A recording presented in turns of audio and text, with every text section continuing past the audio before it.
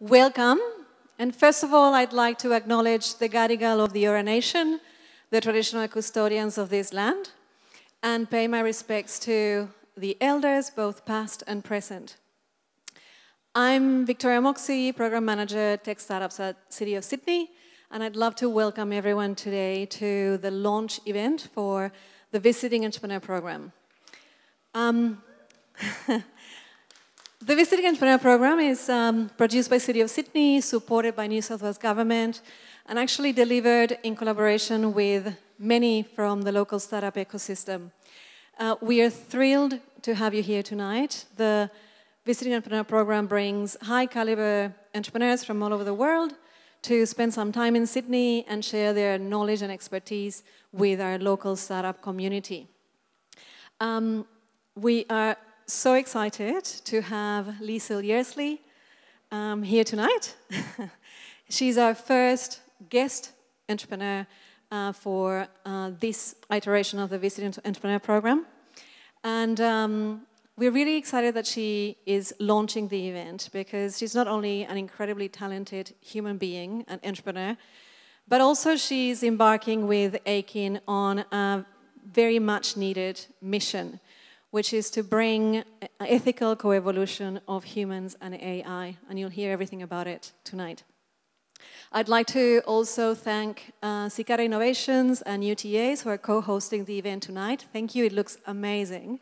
So it's incredible, thank you very much for that. And I'm going to pass it on to Marin Peplinski, Head of Community at Socata Innovations, who will properly introduce the guest speakers. Enjoy. And welcome. Thank you. Good evening, everyone, and thank you so much for coming out here to Socata Innovations.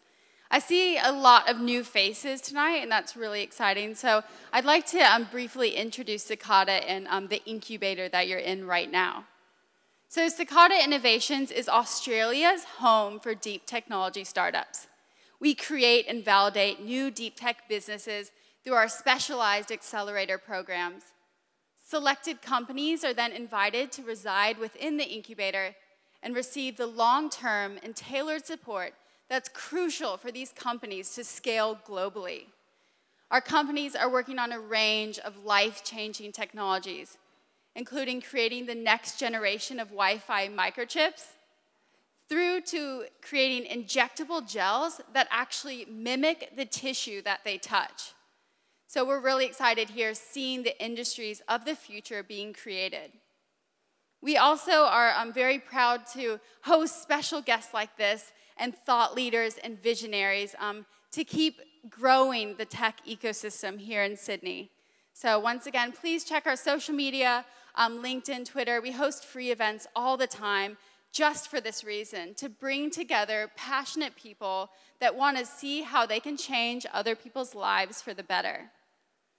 So that brings us to the real reason why we're here tonight, and that's to hear from two thought leaders and visionaries in the field of artificial intelligence, and to dive into their brains and see how the moral implications of developing these different technologies. So facilitating tonight's conversation is Professor Michael Blumenstein. He's the Dean and the head of the School of Software from UTS, and a thought leader in automated pattern recognition, as well as AI. And of course, there's Liesl Yearsley, all the way from Silicon Valley. She's had multiple successful startups and has been really leading the AI industry for years now. Her past startup was acquired by IBM and is an integral part of their Watson product. Now she's here working on a new project, which is called Aiken.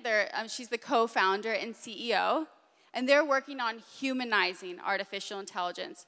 So what does that look like in the future, and once again, what are the moral implications of that? So without further ado, I'd like to invite our two guests to the stage, and I'll end with a quick quote from Liesl Yearsley. "We dream the future in our minds and watch it unfold in our hands." Welcome.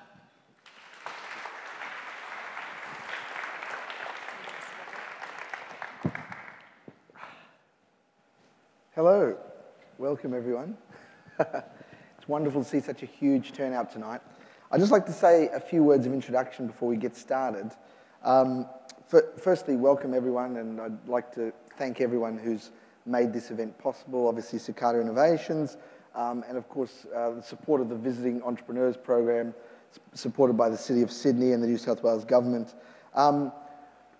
Strengthening and supporting advanced technology, and particularly young entrepreneurs, is a passion of mine. And so it's fantastic for me to be here in my capacity as a moderator for tonight. And of course, it's absolutely amazing to welcome Liesl to the conversation. So I'll be asking a few questions, hopefully not too prickly ones. They'll be enjoyable, but hopefully they'll also highlight some of the aspects of Liesl's journey and the amazing area of AI. So I just wanted to also say a few things since I've got the mic about UTS. So in 2017, we launched a new Centre for Artificial Intelligence, which is one of the world's largest centres with a lot of academics in one place, working on research problems that are in the area of AI, machine learning, computer vision, and so forth. So we actually have a really long history and a passion for machine learning, artificial intelligence, data analytics. But at the same time, we're also very interested in how our academic cohort can actually interface with industry, startups, and also potentially assist in growing the entrepreneurial ecosystem around technology innovation. Personally speaking, I have a huge passion for deep technology. I love artificial intelligence. My personal pet project that I've been working on for some time is partnering with the Ripper Group and Westpac to develop the world's first shark detecting drone. And we've deployed that technology across 11 beaches, and we've actually, we're involved in the first ever rescue of swimmers in distress via drone. So, AI, you can see, takes part in all aspects of life. It can grow businesses, it can help the community, and it can have a huge social impact. So I think this conversation we're about to have tonight is absolutely exciting, and I just can't wait to get into the details. So welcome, Liesl, and thanks again for being here. I might just start with a sort of opening question, if I may. Take us back to your early thinking when you were at school or university, and when was it that you knew you'd have the drive and passion to be a leader in technology and innovation? I didn't know it was going to be technology and innovation, but I knew I was going to do something. I just believe every one of us have been put on this earth not just to breathe in and breathe out and eat potato chips. We're here to actually do something with what we are. So for me, what happened is I was actually a refugee from Zimbabwe. So I landed in South Africa, and we had nothing. Like, I didn't have shoes, literally, to go to school. I had to wear my sister's old shoes that used to flap when I walked like this. And then I had this evil orthodontist, and he made me wear, those braces with elastic bands? I had to wear them to school every day. So nobody talked to me at all for about 4 years. Except to throw things at me and call me Metal Mouth, So it was really cool because it meant I got to actually go and retreat to the library and read every single Isaac Asimov book they had. And I also joined the computer club, where I could just get lost in this whole world and I just wanted to know, how do computers think? So then I went to some enrichment classes where I learned to code, and I did hardware, so I'd take computers apart, and I still want to know how they think. I still don't know how they're going to think one day that'll be different to us. So it became an abiding passion of mine back then.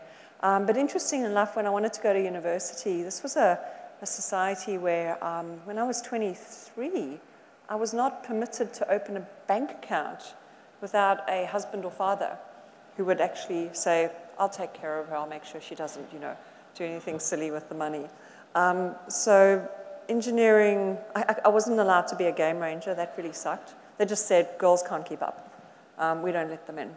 And engineering was pretty, they didn't say don't bother applying, but there were no girls in the faculty. It's just the way it was, So I had to come through technology laterally. I studied cognitive sciences and I built my first company, and I already knew how to code. So, you know, when the internet started happening, before it started happening, I started moving my business and systems and operations online in like 96 or 97.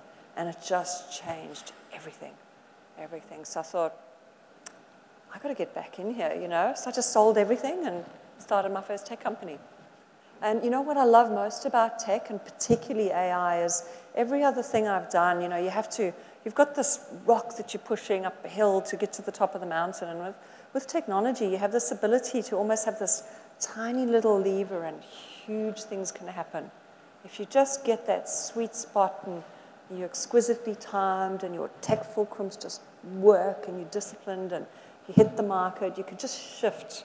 You can shift the entire human population by like 1 or 2 or 5%. And there's nothing else that gives you that. Nothing. I actually am really intrigued about the 23 years old business and opening bank accounts, and I'll get back to that in a second, particularly since you mentioned your first tech company and so forth. But I would like to also just go back to one thing you said about, you know, engineering and, you know, not enough, well, you were saying you were one of the only people considering, you know, enrolling in a degree or a course or something in that space. Sadly, the issue of, you know, gender equality in science, technology, engineering, and math has not improved that much. What do you think? Do you think we have I mean, all, say, universities are trying their best to balance this out. They're trying to have programs that attract females and even changing degrees. Is there anything else that you think we can do to sort of encourage more women into technology? You know, obviously the obvious thing is to get in at primary school level and start working there. I think also once we're out of uni, people should, in the workplace particularly, should recognize more that often women come into technology from lateral fields. The best AI designer I've ever employed was a philosopher, and she was brilliant. She had never gone through formal computer school, but she learned really fast, and you know, she's now an extremely top-level consultant to IBM, and you know, so to recognize that and to cultivate it. But at its very core, there's something else going on here. Before Sheryl Sandberg was famous for writing Lean In, she did a beautiful TED Talk, and she was talking about the study that was done where they took a famous venture capitalist, Heidi Roizen, who's at DFJ, Draper Fisher Jurvetson, and they took her resume and they gave it to a couple of hundred people. And they changed her first name slightly so that half the people thought she was Heidi and the other half thought she was a phonetically similar male. And they asked everyone, read this piece of paper and tell me, what do you think about this person? Is this person clever? Yes, if they were female. Yes, if they were male. Are they successful? Yes, if they were female. Yes, if they were male. Do you like this person? Yes, if they were male. No, if they were female. And I know that sounds a little bit blunt, but at its core, you know, we get so socialized into feeling that it's not okay to exert your power. We've got to be a little bit humble. We've got to prove ourselves more. We've got to make sure we smile a lot. We can't be too declamatory. We've got to seek consensus.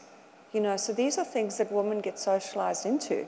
Even if you look at, there's been a massive study of, it's a huge startup pitch event, and some psychologists analyzed the sorts of questions that women CEOs get asked and men. And women got asked defensive questions.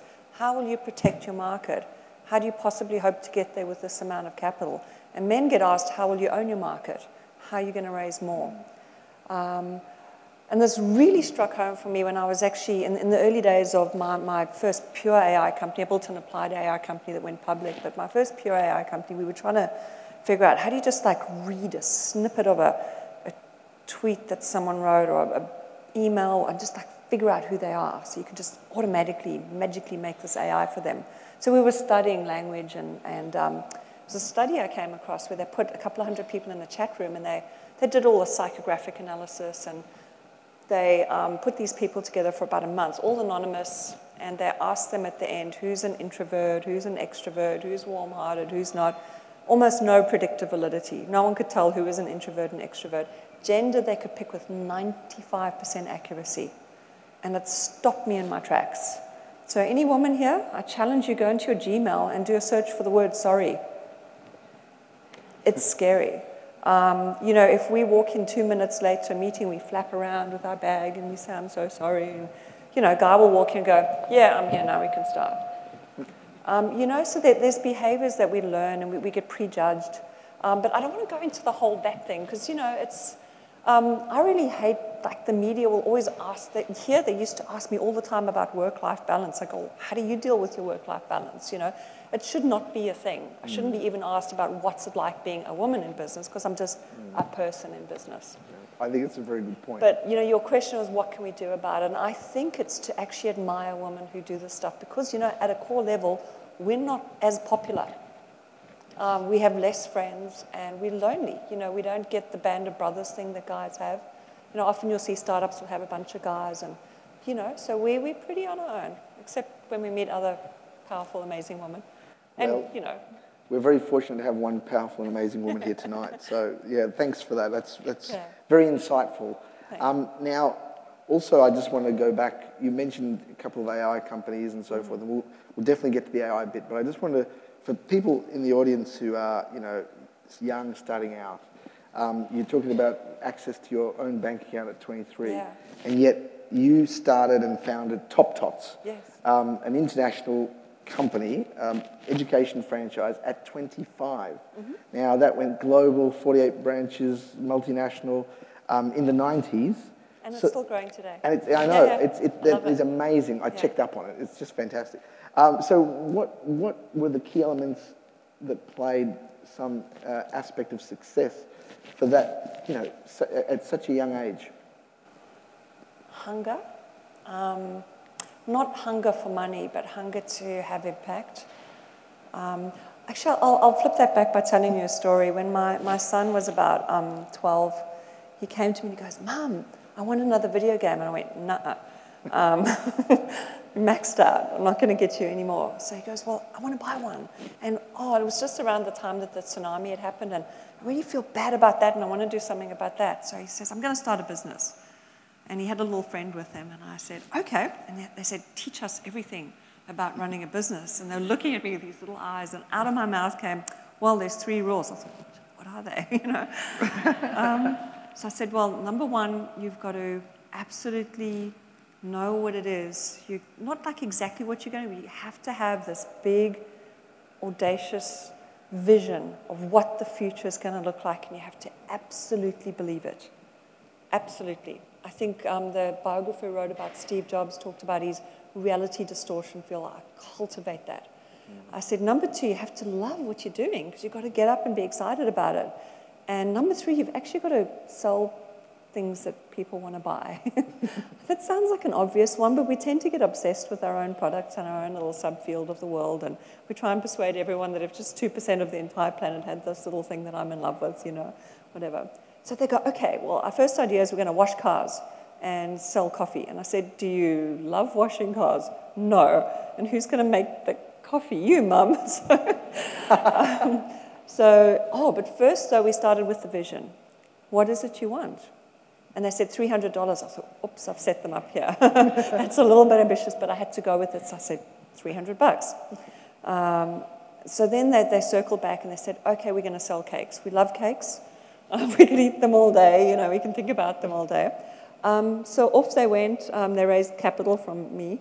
And they bought the ingredients and they recruited the little brother who was cute and had curly hair. And they started dragging this trolley around and the neighborhood. And they'd send the little cute kid with the brochure going, and they also were giving a percentage to the tsunami relief.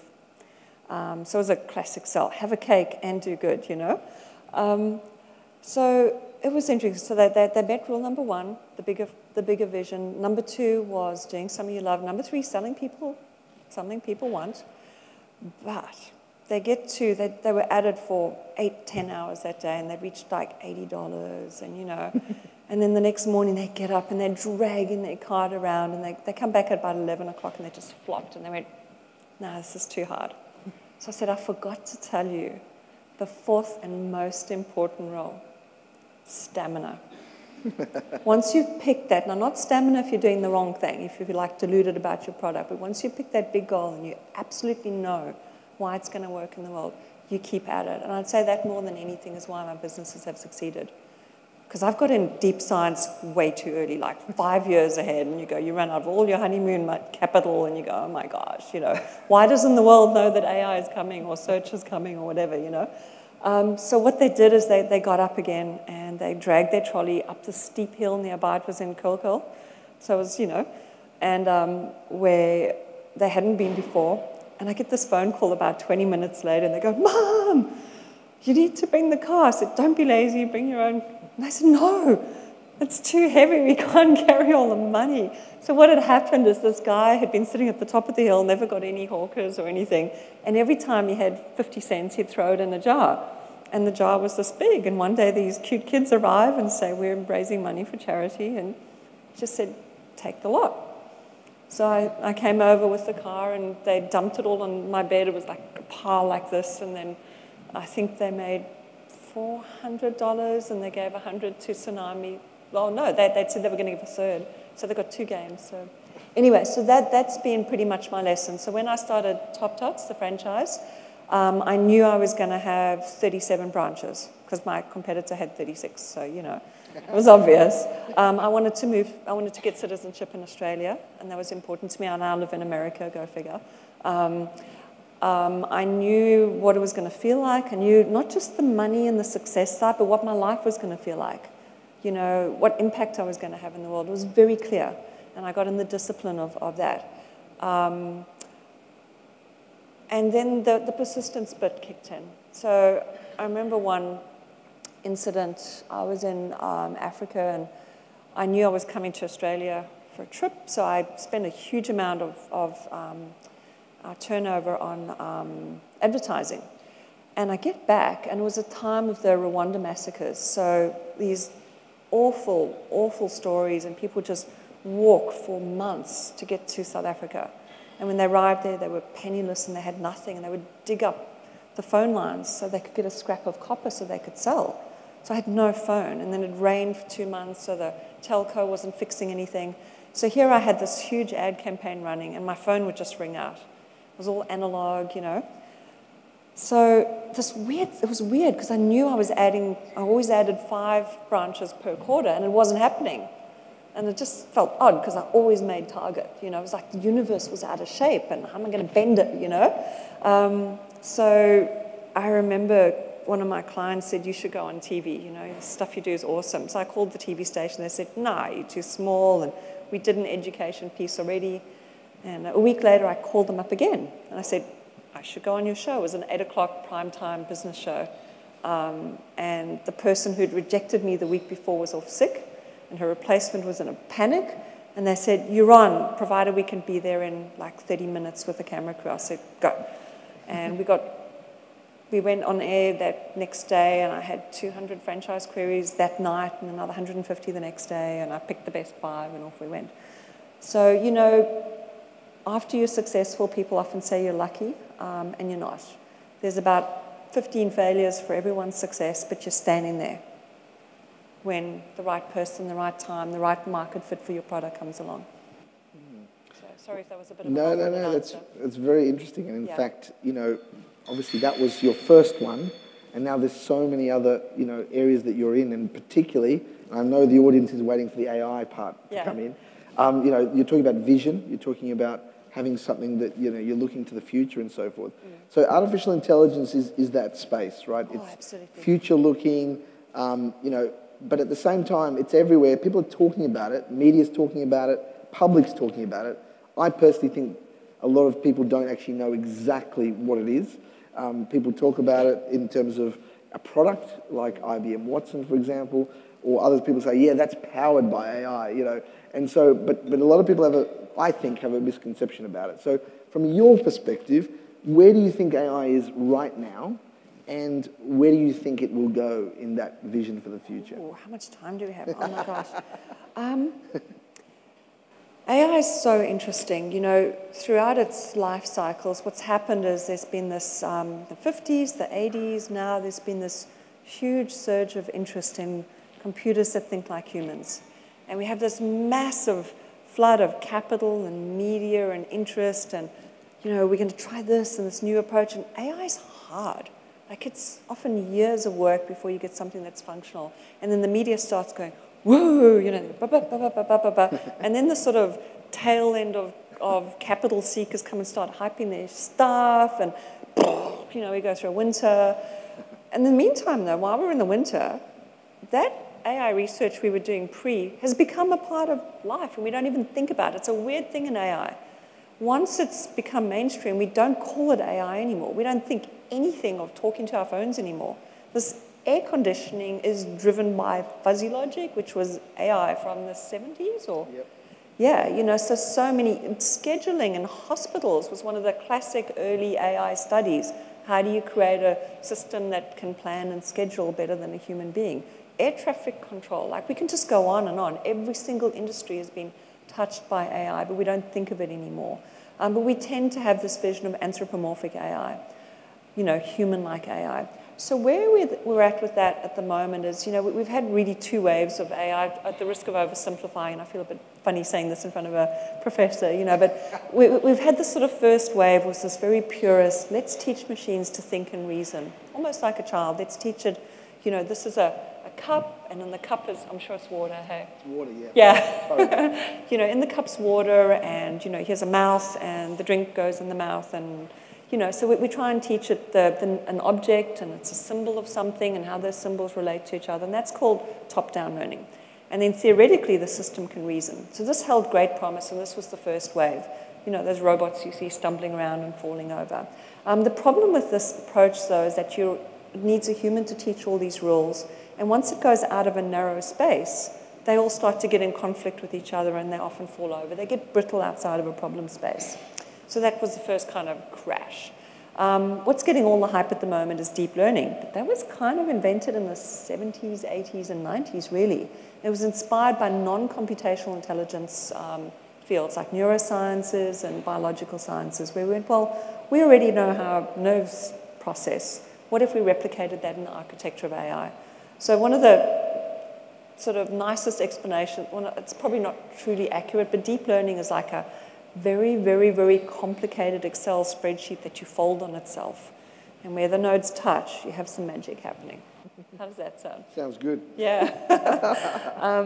So deep learning was originally actually, the part of the inspiration was out of educational sciences, so a little pun for teachers here. You know, out of learning theory, they were studying how do people learn to process and solve problems. And they came up with hill climbing. Did you know they came from teachers? Hill climbing, back propagation, planning. Yeah. I'll send you some papers. Please. Yeah. So that got baked into architecture. Then we had the 2000 crash, and everyone retreated back to the labs again. Now what's happened is we have enormous computational power and enormous sets of data. So we're throwing that at deep learning and starting to get these almost magical results where computers can see and classify. Yeah, you just showed 1 million examples or 1 trillion of a glass. And, you know, whenever it's in Michael's hand, it's got water in it, you know, there you've learned something. Cheers. There we go. So, you know, what we're seeing in the last sort of 5 years of AI is hybridizing the approaches. So, you know, you might be in an autonomous car and go, okay, tree, pedestrian, tree, pedestrian, tree, pedestrian. And then you have a sort of a more symbolic system that says, what do I do with this versus that?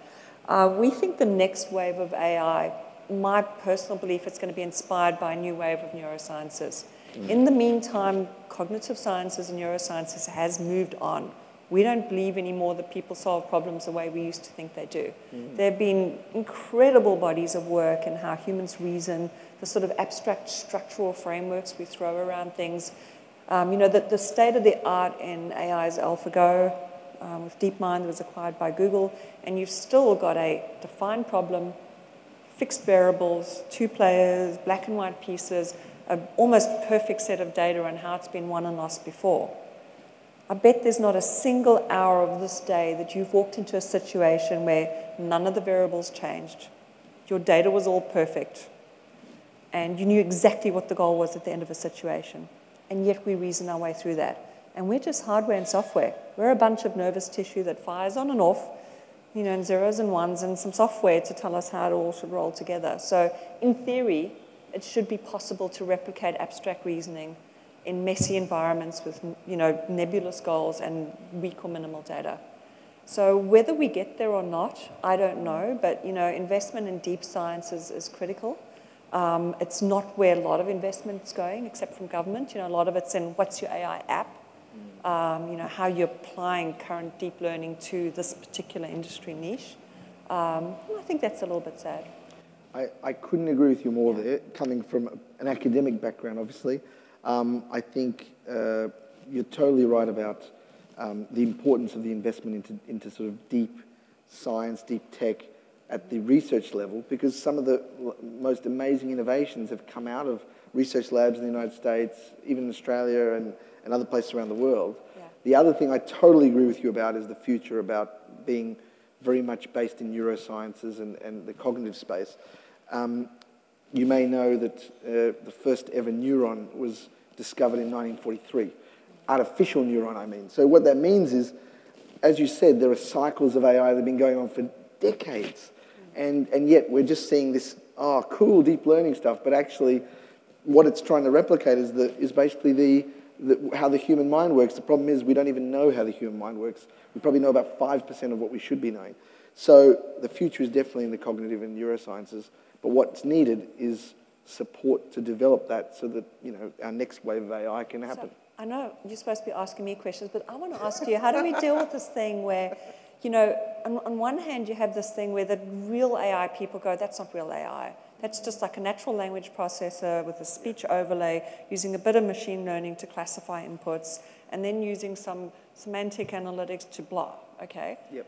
But everyone else and their dog is going, yeah, I've got a calendaring app with a voice on, I'm doing AI, How do you reconcile that? It's like the people who really do AI keep sort of downplaying it, and yet at what point are we just a componentized set of functionality stacked together? Like, could we be iterating towards it and not we don't call it AI unless it's something magical that we haven't done yet?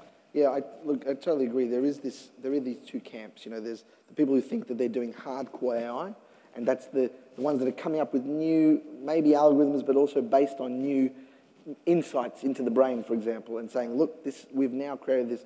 And some of those people view the people who are coming up with the applications, the things that can go straight out in the industry and actually play a part and say, yeah, that's been done before. So I think our perspective at my university is that you need both. You need to actually be up in the game of what the fundamental science and research is telling us to actually, because that's what AI has been doing. It's going like this. It's been going expectation, and all of a sudden the expectations are met, so it's dropped. The current cycle of deep learning has brought the expectations up again. I suspect it'll drop again. Yeah. But it's the fundamental science that will innovate the next step that will hopefully bring us closer to what we really want to achieve. So we need both. And probably the difference now is that you have every giant tech company in the world declaring themselves to be an AI company and throwing billions and billions of dollars at it. So something's got to shift. I know, and that leads me to my next question, actually. It's true that a lot of... I've just come back from Tel Aviv in Israel, and the companies there are saying, we are the top in innovation in AI, we do this, we do that. There are a lot of people professing that, but there's also the companies that aren't AI but want to use AI. So I wanted to ask you your thinking around, some companies, and maybe there are startups in the room, they want to adopt AI, they're a bit worried. What do you think they can do to prepare themselves? They have never looked at what the AI landscape is now, if they want to adopt it, and how can they prepare that for, what will that future workplace look for them, if they can adopt it? So you're talking about startups who want to adopt AI, or just general workforce? Or even companies as well, or larger companies that have never touched AI. Yeah.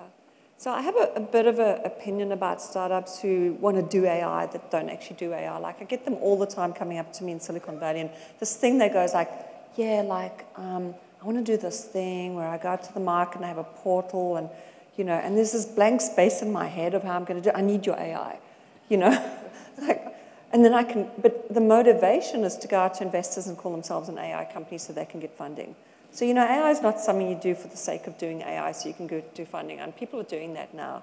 You really need to understand what is it you're trying to accomplish. Maybe you just need a bit of data analytics, Maybe you just need some whatever, You may not need AI. But having said that, though, I do think that there is not a single job in the world that's going to be untouched. I was at Stanford a couple of months ago, and someone asked me, what is the last job that you think will not be taken by AI? And I went, ooh. The first one was along the lines of Julia Roberts in Pretty Woman. I said, no, actually. And then I said, probably the person that invents self-improving, singularity-capable AI, because then it's like, The last cab off the rank. Yeah, that'll be the last job. But, even in Cognea, we were actually a platform originally, so we were doing core research. We had a federal government research grant, and then we ran out of cash, so we had to start applying it. So we were building deep social characters.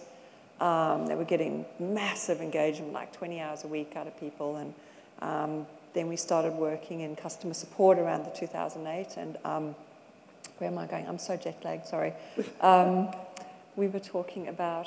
just talking about companies and yeah. I'm still lost my train. I'm sorry. AI transforming, and what does it look like? Yeah, that's what I was saying, yeah. So basically, we started out doing fairly straightforward tasks, but, AI self-optimized really fast. And we would rapidly, humans would sit like this, they max out, because they're buggy and they're emotional and they have bad days and they can only hold so much data in their heads, and the AI keeps going, phew. And then you go, okay, we mastered that, let's move on to the next one. And we moved up and up and up the skill chain. So in banks, we'd start with, simple call center stuff, and we ended up doing complex financial planning. We were right up at, grading university law essays, by the time we were acquired. So there's nothing that, probably the health caring professions would be the last to go. But even there, in some ways, a relationship with the AI is a little bit more authentic than with the human. People want to believe that it's truly and utterly there for them, and it is. In many ways, more than a human being who's only there because they paid to be there, and if they weren't getting paid, they wouldn't be there for you saying, I love you, I care about you. That's very interesting. That last point particularly, I've seen that a lot. Some of the startups I've seen are looking into, trying to really embody human characteristics into AI. And, the ultimate manifestation of that is a robot walking around that looks as human as possible, and actually, almost you can't even tell it apart. So that whole concept of a virtual human, and some of the elements of what Cognea was doing was literally that.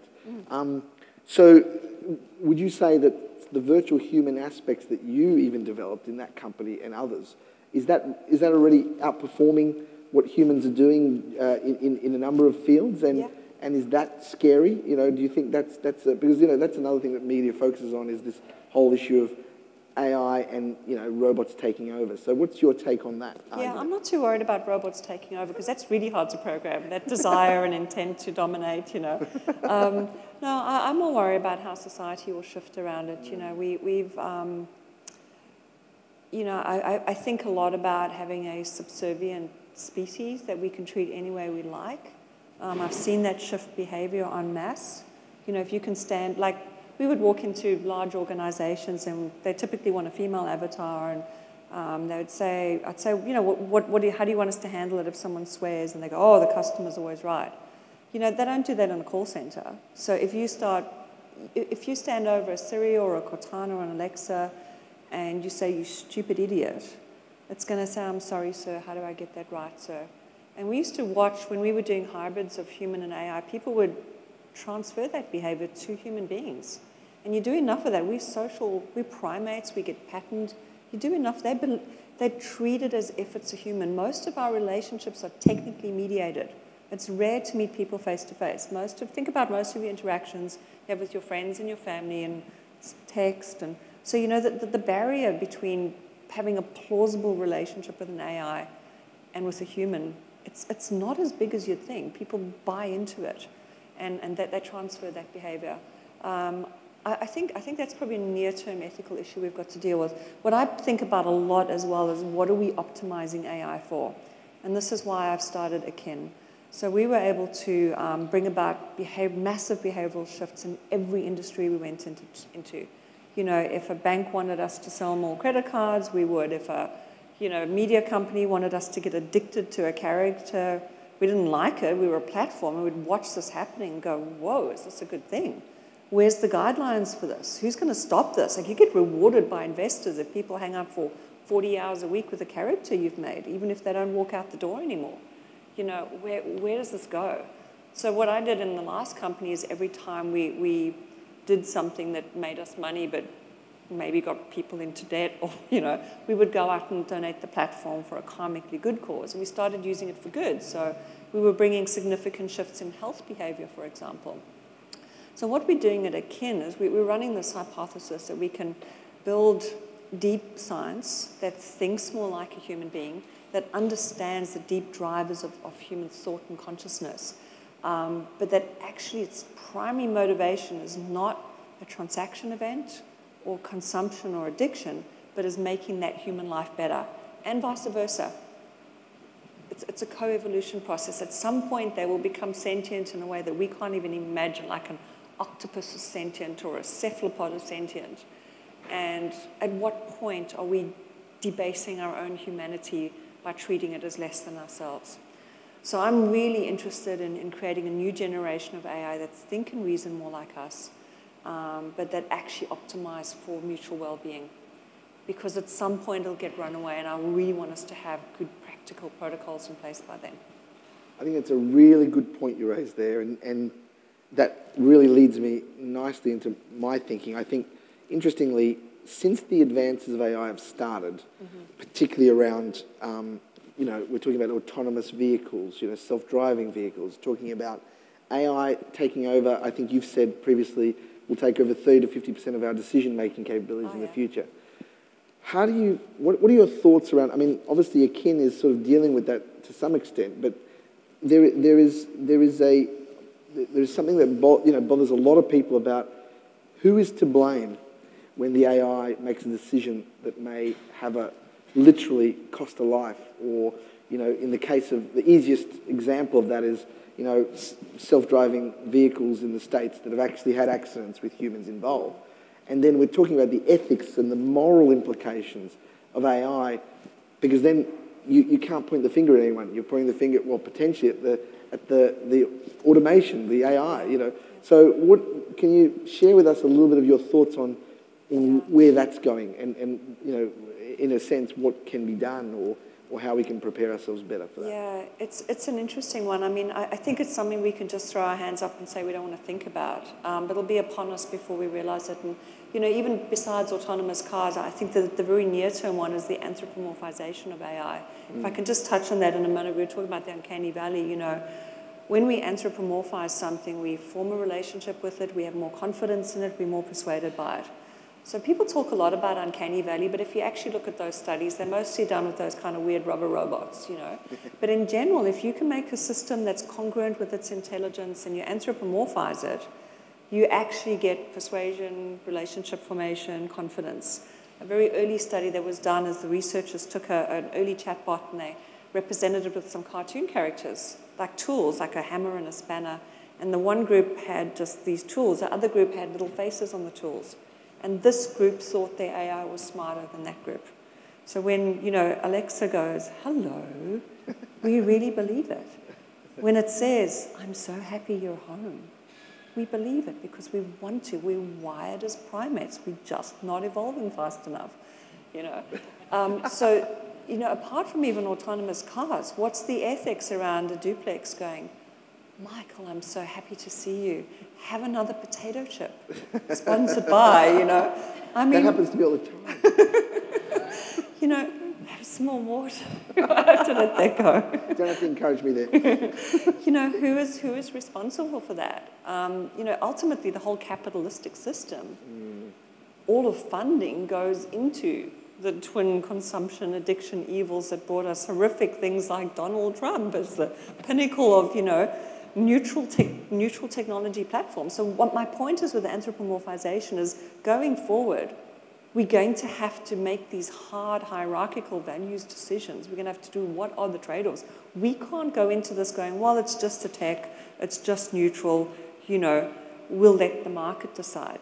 That's how we got Trump, you know, where we let bias creep in. We let people don't have big capacity to process decisions. We can manipulate 3 to 5 chunks of data when we get decision fatigue, and off we go. And that's how they manipulated the media to get things like that happening. And, ultimately AI can be trained to make more logical, better decisions than us. Even these ones that kill people, well, that they kill people far less than a drunk driver, for example, that they will be better at making decisions that protect our well-being than us. But, people have to start making these hard calls about what do we value. What if an AI is slave to you and you've got more money than me and it amplifies your ability and its job is to actually optimize for your joy and pleasure in life? Whose value framework do we go with? The end user? Do we go with society? What if it's a society that believes women shouldn't be educated? Who's the higher order decision maker there? Yeah. So I think the answer is not sitting around setting policy and, scaremongering with the media and stuff. The answer is to actually put AI out in the field that are good and that make life better and show that you can build big, powerful, wonderful businesses off the back of that. And make that the standard and say, this is how it ought to be done. If you're not doing this, shame on you. That's what I think we've got to do. I think that's excellent advice because, I have to say, I visited a company a couple of weeks ago who happens to be in the autonomous driving space and has some technology for that.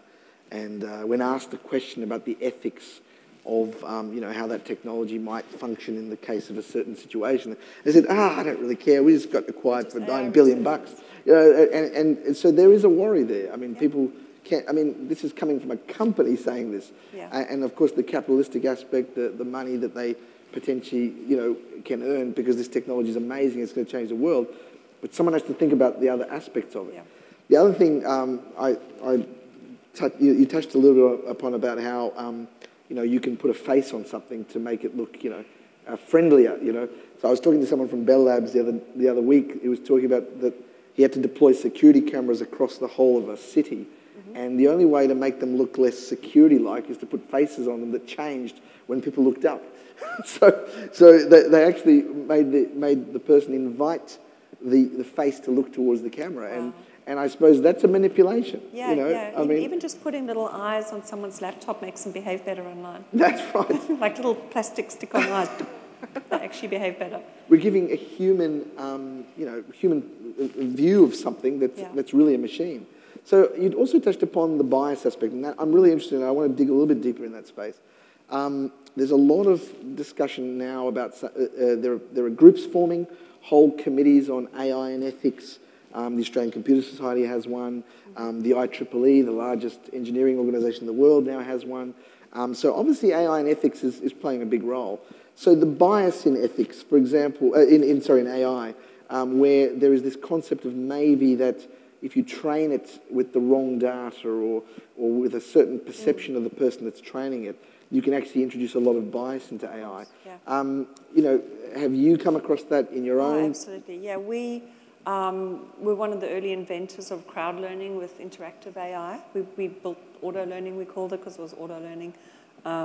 We learned very we didn't do the thing that Tay did or, any of that, because we learned very rapidly that the crowd can be pretty damn evil.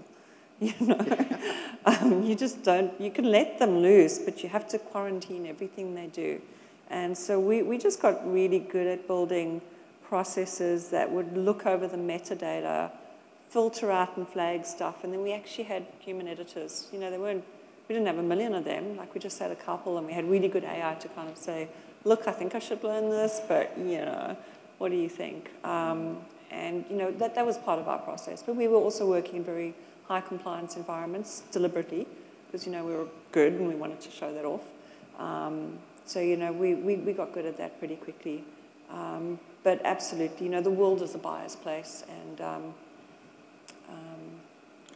so would we say that, in a sense, now that we're so conscious about the bias that can come into machines, and of course we already have inbuilt bias as humans, and a lot of decisions that are made are to do with bias. Do you think that we're actually in a stage of revolution, in a sense, that because we've got this real powerful technology in our hands, we're actually going to increase decrease the bias? I don't know, if you really get into bias, like cognitive bias is actually quite a useful mechanism for taking shortcuts. People think of cognitive biases as an errors in thinking, and often they are, but they're also really efficient ways for humans to process data. So if you look at learning theory again in our very early childhood, we do what's called assimilation. Accommodation. So, we might have a dog and it's a little chihuahua, and your mum says that's a dog, and you go, dog, dog, dog. And then one day you're walking out there and there's this great big Irish wolfhound, and she goes, dog, and you go, yeah, right. But then you actually assimilate that, and you shift your mental model and your conceptual framework, and you accept that. And as we get older, we get more rigid. These conceptual frameworks become, this hierarchy of what we think relates to what become more rigid. And we do less of that. And we do more of going, well, here's this new fact. It doesn't fit my model. I'm going to reject it or rephrase it. So it's a form of bias, but it's also an effective decision-making engine. If you're a caveman running around in your loincloth and this thing leaps out at you, you go, I'm going to chase it, or I'm going to run. And you don't think about it because you've got this framework that's been preformed that you can just turn to, where a particular set of variables coexist in a particular pattern, and you have almost like a meta lookup table of that pattern. So, in a sense, we can leverage bias to get less computationally intense decision-making. I think it's going to be unavoidable. The challenge is more not just, again, saying, oh, we can't have bias, but, where is bias appropriate? And if there's a hierarchical decision that's made, which one do we make? Do we want to give machines human values? Look what we did every time we moved into a new continent. We just, decimate. Look what we're doing to the planet. We're just like decimating everything that doesn't serve our, tweeting and whatever selfish thing we happen to be doing that moment that supports the universe of me. Like, and then if we built AI that were more conscious about the planet than us, would we be happy about that? Because they might say, hey, dude, you've got 2 kids, you should stop, So anyway, I'm digressing, but... It's really interesting, particularly around, there are obviously a lot of challenges, and I'm interested in one other aspect is that, you're now with a kin, you're growing that, and that's going in the direction. What are you finding right now? Because there are so many other companies, maybe not like yours, but there are many AI companies around. What do you find is the biggest challenge in actually moving forward with growing the success of this next venture that you've got? Biggest challenge? It's been an interesting one because as a repeat successful entrepreneur, capital is a lot easier. It's always been very, very difficult to come by. And women, I think, at 2.8% of capital, even in Silicon Valley. So we've become very capital efficient, which is great. But it's not been so much that, but about going out with a much more purist vision. Like, we actually are doing deep core AI research. We're trying to find what comes after deep learning. What's the next neuroscience-inspired generation of artificial intelligence that's going to be able to solve deep, complex problems with minimal data? And, you go out to Silicon Valley, and they go, well, how are you going to apply this? And we go, well, this, and they jump on that, and they say, we'll back that app. So that's kind of hard in a way when you've got someone like, Sequoia saying, we'll give you cash now, but we want you to build the perfect boyfriend app that's going to, get people shopping more. And there's a VC who backed Jet.com. I don't know if you know about Jet.com. It was acquired for $3.2 billion. Oh, great. This is like another Amazon app that will, get people buying stuff. And I'm going no, that's not what we're building. We do want to apply it to the human home and to running life. It takes over 25 hours a week of cognitive load to run a life. And that's a complex problem. So that's one of the problem spaces we want to work in. But we're not doing it to optimize for shopping. We're just not. So, for me, it's actually been hard saying no to capital, but I feel cruel saying that because I know how I've been there, believe me, and oh my gosh, how am I going to make payroll? I'll get another Amex card, I've been there. So but, to stay pure to that, talent's hard as well, which is why I'm in Sydney. We're actually setting up a research centre here. We're hoovering up as many talented students and people as we can find. And what we're actually hoping to do is make Australia a showcase for applied ethical AI. So not just like all hand-wavy ethics, but we're bringing together a couple of big industry partners, and we're hoping to work with university partners and say, well, let's get 5 million good home AI in the world that are out in homes that are not optimizing for, buying another pizza or buying a bunch of junk you don't need, but are optimizing to make complex decisions and, get us more connected with people, get us managing our money better, get us, actualizing and growing and learning. Kids spend more time with technology than with their parents now. Where does that take us? So, so we're actually getting a lot of interest in that, and that's been great, because there's a lot of talk about ethics, but not a lot of actual doing. So the first thing is just developing metric systems that we can optimize against. We can't use things like accuracy in transactions. We have to use things like quality of life and quality of experience. How do you measure that? So that's a great challenge, and we're loving that one. So it seems, because you've had so much experience in actually bringing, technology to reality and so forth, and so many successful companies, and so I think the formal part of this session is now closing, because I'm being given the wind up, I'm sure, and we also want to give opportunity for questions from the floor. I'd just like to see if you could leave particularly the audience and any young entrepreneurs in the audience with the last 3 tips of what you think they should do if they're aspiring to go down the journey that you've done. I know you mentioned some already at the start. I'm going to repeat them. I mean, basically, whatever you're doing, you think that there'll be another startup and another startup, but you're going to give 5 or 10 years of your life to this company. Make very, very sure it's something that's going to leave a dent in the universe, as the quote goes. You should start thinking, does this have the capacity to change 100 million lives or 1 billion lives? And you can't be delusional about how to get there. Like, you've got to know what that looks like. So have a vision that's bigger than you think. Don't go and chase a niche. Think about you are talented, and you're sitting here because you are people who want to change the reality around you. So that it's you. It's not some other Steve Jobs that's going to turn up. It's you guys. We're going to do this. So have something that's big and significant. Make sure you love it, because, for pretty much half of my entrepreneurial career, I was not paid at all. So, you wake up in the morning, you go, yes, I'm going to go do unpaid labor because I love it. And you've got to do that. And that comes through. It makes you authentic when you're trying to get money from people, when you're trying to sell your product, when you're trying to connect with your end users. Stamina. Back to the Top Tots one, 23 years old, I tried to get a bank loan. I think I went to 12 different banks, and they went, it's okay, my dear, just wait till you're married and you won't be thinking about this stuff anymore, And the last bank, I really considered lying. I thought, should I just go say I want to buy a house, because I want to cook? And I thought, no, damn it. So I walked in, and there was a female banker, and she said, yeah, I want to go to one of these, And she lent me $20,000, which I thought was incredible. I didn't know you could sell shares to investors, which was a really good thing, because I thought, okay, I've got $20,000, I've got to turn that into, $100,000. And it was like 87% margins, and all of it went back into growth. So, yeah. Okay, so where was I? Big vision. This is your life. Your life energy is the most precious thing you have. Spend it well. Stamina. Do what you love. There was another one. Remember there was 4? Oh, sell things that people want to buy. So even if you've got this big vision, why it's important that it's big is what you start out with is probably not how you're going to get there. You might think I have this amazing little widgety, whiz-bangy thing that everyone's going to love, and they don't. And you go, oh, I'll just give up and go home now. No. I'm going to shift the human population state by 5%.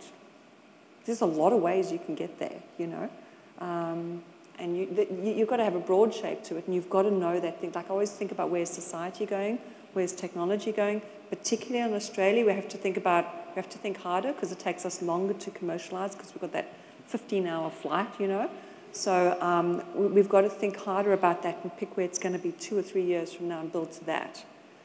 So I built my first search company. I started in 2000. AI started in 2007. So having that bigger vision, but then being absolutely lucid about, is this line actually working? Drop it while you still got money. Come at it from another angle, and you'll get there. That's wonderful advice, and I'm really excited also about what you're talking in relation to, making Australia a showpiece and using our talent. And I'm sure any universities in the audience will be very interested to be hoovered up by your company. And you know, thank you so much for an exciting discussion. Just the last word, we're actually we're a public benefit corporation. Okay. It's very hard to raise capital that way too. So we're not a benefit, like a not-for-profit, it's a for-profit company. But we're able to make decisions in the interest of this mission of the co-evolution of AI and humanity. So, yeah, so we try to bake it into our DNA this time so that no one can change it later. That's fantastic. Well, thank you so much, Liesl. No we really worries. appreciate it. And please join me in giving a round of applause to Liesl. Thank you. So I believe we now have some time for Q&A. So do we have a roving mic? We actually have 2 roaming mics, so we'll be rotating across the room. I see a question over there from Tim Cannon, so we'll start back there. Hi. One of the things that our company focuses on is like kind of merging biology with the digital space. We do implants and things like that. We've experimented on ourselves.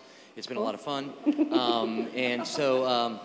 One of the things I kind of wanted to know was, do you really think that we should be making AI more human-like, considering the failings of humans? Don't you think we should try to be making humans more AI-like? Is one of the ways that... And maybe you could settle an argument for me. I think that AI would do way better at judgments and law than... but some people have said that that could bring in the implicit bias of the law. So how would you scrub that implicit bias of the law out if you were making an AI yourself? Well, on the last question, wouldn't it be better if the judge's time was spent in meta-analysis of the AI's decisions that could then optimize as opposed to case after case? You've probably seen that study, I think it was out of Israel, where they were looking at payroll and how often payroll was granted. Parole, sorry, after prison sentences. And they were thinking that, you know, people would, you know, if you were Israeli, you'd grant less parole to a Palestinian. They were wrong on everything. But there were still patterns in the data. Eventually they figured out that you were more likely to be granted parole if you were straight after a lunch break or if you were earlier in the day. And these are trained judges who've been at it for 20 years, you know, because of decision fatigue. So again, you know, why not take a judge at 9 o'clock to 11 in the morning and say, optimize this AI, you know? That's a good way to get bias out.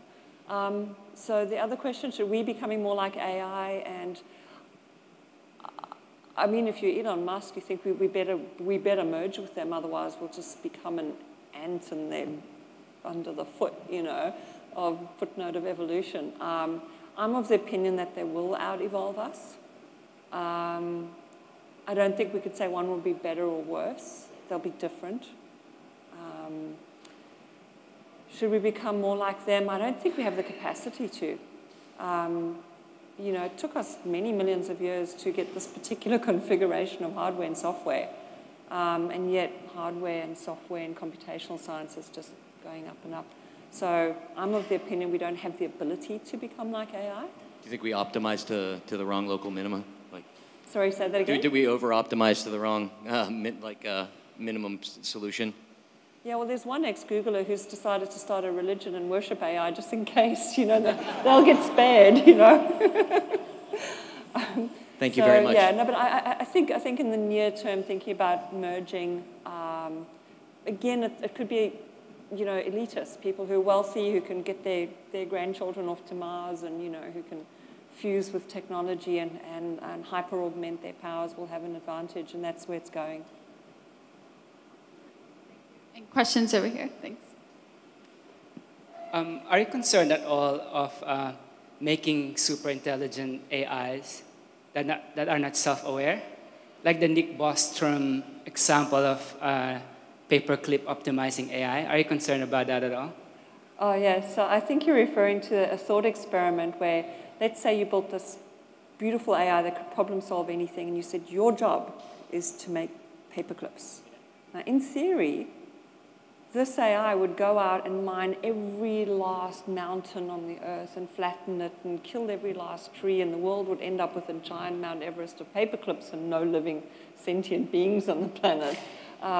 So you're saying, should we... Yeah, I think that happens because that intelligence we create is not self-aware. It's just aware of the goal, and it just goes...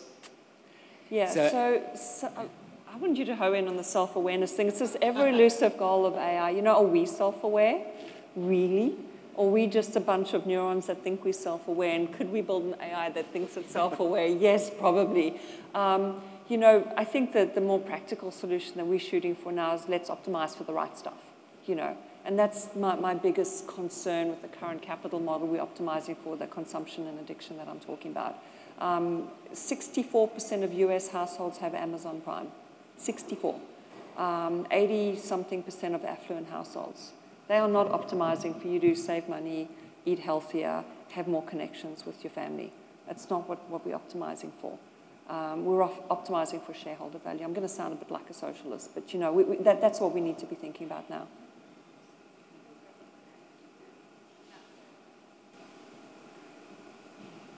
Yeah. Clearly, we're building systems around ourselves, neuro-basis and whatnot, and we're building them around ourselves to deal with ourselves. How readily do you think AI is positioned and how well it will adapt to deal with mental aberrances, you know, psychopaths, schizophrenia, so on and so forth, people with these conditions? Readily, more difficultly? I think it holds a lot of promise. I mean, I saw a study recently where people with issues and thought disorders were able to move into a virtual environment and actually, you know, start to manage their thinking by being able to create embodied representations of what was going on in their mind and then learn to control it. You know, say, yes, I see you. This is how you look when you come to me, you know, and now I'm going to get a handle on you.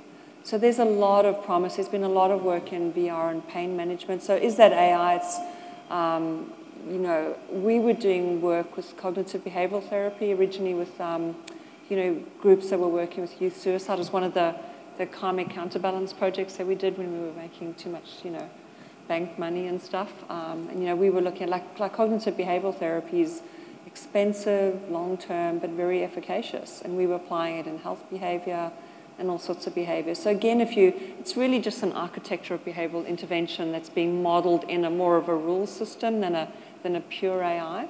But it's very efficacious. It's hard to replicate at scale a very, very good cognitive behavioral therapist. But you can theoretically get elements of that in, you know, most learning to reshape behaviors about a lot of repetition, a lot of feedback. And you can give a lot more of that more frequently with a well-constructed AI. So yeah, I think there's a great deal of promise there. I think it's great that you're looking at doing good from such a powerful tool. Is there any regulation that might actually help you? Because regulation obviously comes up after the fact to try and... Is there anything that lawmakers or governments or regulators could do that would actually make it more likely to have a good impact? I can't see how regulation is going to help in the near term. You know, even the regulations that are going to come, in a sense, a lot of the times it's just going to impose a lot of constraints on startups that bigger companies can afford to deal with. A friend of mine ran AVG virus software, and he ran it out of Europe. And they had an ethical standard that their job was to protect their end users. And one of the things they would do was they would have a default state that no one cookie tracks you unless you specifically want them to. And he got called into the White House and pressured because Google, sorry, I hope there's no one from Google in the room, and if there is, I apologize. Actually, I don't. You know, I'm just going to say it. Like, you know, Google actually they spend millions, tens of millions of dollars in lobbying government, and he got pressured to change his default state to allowing people to be cookie tracked by Google. And he said, F you, I'm a European company, I'm not going to do this. And they made life very difficult for him. So, you know, I suppose what I'm saying is regulation policy, and to my mind, a lot of big corporations are setting up ethical think tanks, but are they changing what they're optimizing for? No. You know,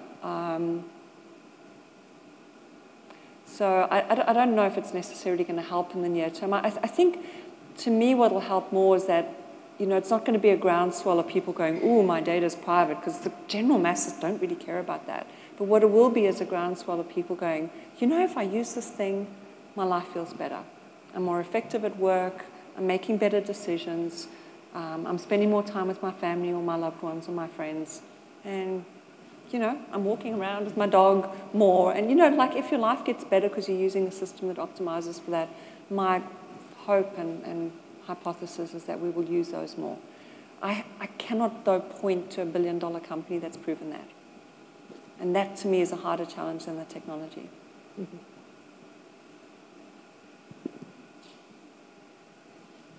Hi, Liesl. Can you just tell us a bit about the process that you're going through with the kin at the moment and kind of how you're tracking to this really amazing, lofty goal? Yeah, thank you. So what we're actually doing is we're setting up, we are building deep, complex problem-solving AI with the goal of it being able to form relationships with human beings. So we're putting together teams of research scientists. We've got 7 people in the Valley. We'll have about 15 people employed here by August. And we're going to keep growing. We have Silicon Valley venture funding and investment from Westpac Reinventure, who's been incredibly supportive, and Westpac Bank as well. And so we're putting together this team of researchers, and we're working on deep core AI. How do we form a deep relationship with someone? How do we use neurosciences to make complex decisions? In parallel, we're actually setting up field trials with industry partners. So we've gone out to a number of big industrial partners who really do actually care about the relationship with their clients. They're seeing themselves being disintermediated by big tech giants, and they're going, well, our key asset is, you know, we're a brand that really cares about our users. So we're going to them and we asking them to collaborate with us in a research consortium and do large-scale field trials. So our goal is to have 10 or 15 million Australians using an alternate version of whatever their preferred AI is. It might be an ambient AI, it might be an augmented reality, it might be a voice hub like a Google hub. You know, and we're actually going to be doing large field trials on how do we measure and optimize for an AI that makes their life better. So even though we're going to industry verticals like food and financial services and travel and experiences and, you know, education, we see life as a matrix. So if you know, the story I told the other day is we got Alexa, and she now lives unplugged in the kitchen drawer because within 2 weeks, my teenage son discovered that he could stand over Alexa and go, pizza. And Domino's Pizza is one of the top downloaded apps on Alexa. And what has he learned? I can stand over the submissive female, tell her what she does, and she does it. Okay. There we go. Number 2, I don't have to worry about mum's, you know, grocery budget. I don't have to do dishes because it was like actually my turn to do dishes tonight. Who wins? Amazon, because there's been a transaction event. Who loses? My family values, the calories we're packing on our body, and therefore the health system. You know, society is wearing the cost of this. So we're trying to figure out, can we build an alternate structure with ethical companies who really want to optimize for society and their users. So we're doing very practical field trials. We're going to put, hopefully, millions of these out into homes. And we're going to be very transparent about what we find. We go, oh, we thought this was a good idea, but actually we stuffed up, you know. We thought we were optimizing for a relationship, but actually no one walked out the door because they were just having a great time talking to this AI. You know, so we're going to be exploring it in the field. And we're having a blast.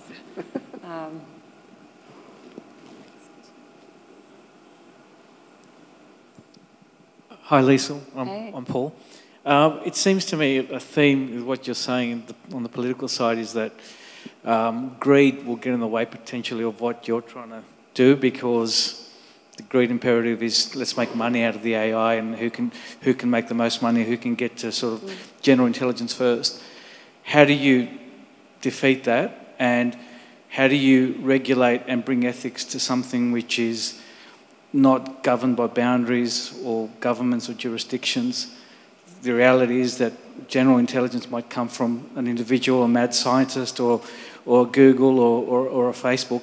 How do you rein in that kind of sort of threat to humanity? So I'm not of the school of thought that we can govern or rein it in. You know, one country might govern or rein it in, then another country will win the AI race and be the rulers of the universe. So what I'm trying to do is do what I can. You know, I might sound really optimistic, but I don't know if we're going to get it right. I don't know if forms of AI that optimize for well-being are going to be the dominant forms. When I was in South Africa, I was in the anti-apartheid era, and I got tear gassed And we had this wonderful sociology lecturer who used to vanish all the time and get sent to jail. And she said to us, you know, you think the society we're living in, it's so evil, and it is. And we think it's so insurmountable. We thought there was no way we could change the system. But she said, society by definition is people. And if one person changes, if one person stands up and does something, even if you don't change everything, by definition, you have changed society. So that's all I'm trying to do. I'm just doing what I can do. And I think every one of us are going to be faced with these choices at a micro level.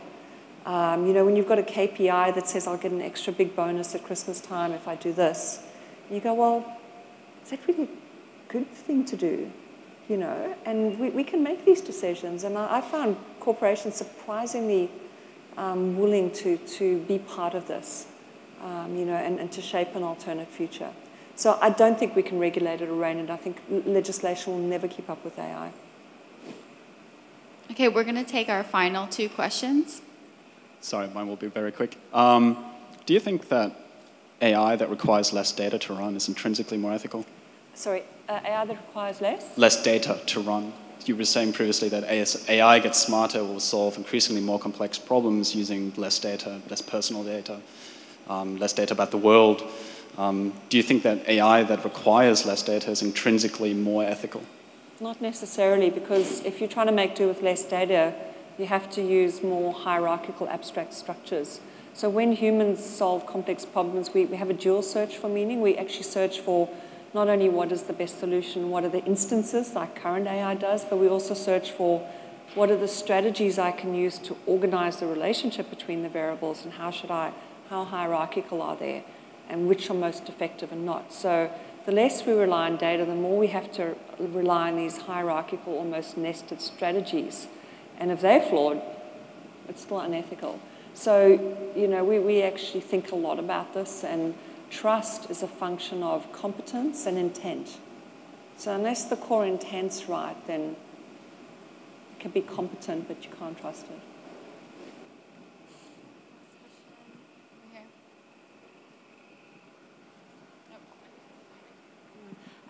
Maybe there's 2 questions.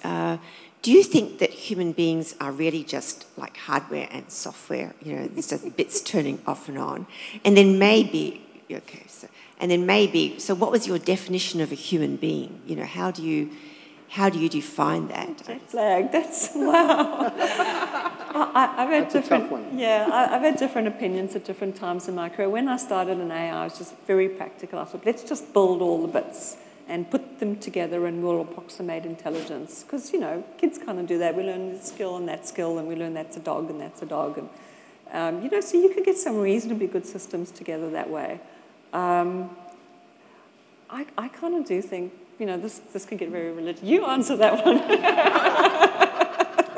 Well, I personally, I think, you know, the human being is a miracle of evolution. You know, it's taken, you know, millions of years to come up with what we have right now, right? So I think it's amazing that our goal now in life, as for people who are in the technology sector as a society, are to emulate what has happened over millions of years. So I think the human aspect, with all its flaws and all its problems, is miraculous. Yeah. And we're chasing for the last 70 years the possibility to create something that can come close to it, and we have not come close to it. Yeah. I know the technologies that Liesls developed are great, and there's amazing things happening all around the world, but there's no artificial intelligence technology that's like this. Yeah. You know, and I'm not talking about me, by the way. I'm talking about humans, right? So, you know, so we should be very. We shouldn't. I mean, some people can think of it as being hardware and software. That's a definition potentially, but we are complex, and the complexities we have, and the most complex thing in the universe, our human brain, is only tapped into about 10%. Yeah. We actually don't know how it works to this day. So I think we should be excited that we're on the verge of actually creating technology that's coming close, but it's still far away, and we've got a lot of good opportunities to innovate, and to me that's exciting. Yeah, and I think a lot of us AI researchers think, why replicate human intelligence? We can certainly learn from it. We're much better now at mapping parts of the human brain and why it's doing what it does, and we can replicate it, but why confine it to that? You know, you look at something like a cuttlefish. It's amazing. Like, octopuses have 60% of their brain in their arms. Like, what kind of thinking is that? We can't even conceive of it. Our minds are limited by what we think intelligence is. So what if we just created systems that figured out how to get better and better at being themselves and being intelligent? You know, what if they got a totally new definition of intelligence and sentience to us? We won't know. It's true. You know, but that is what we're building. And I suppose I know this has turned into quite an ethical discussion, but the thought I read first in a Wait But Why blog, you should read it, it's awesome, was what sort of gods will we become? You know, if we're creating another sentient life form, what are we creating? And we're not going to be able to regulate our way into that. So, yeah. Wow, thank you so much. And I think that's such a great and thought-provoking way to end tonight's Fireside Chat. So if you guys could all join me in a round of applause for our two really special guests.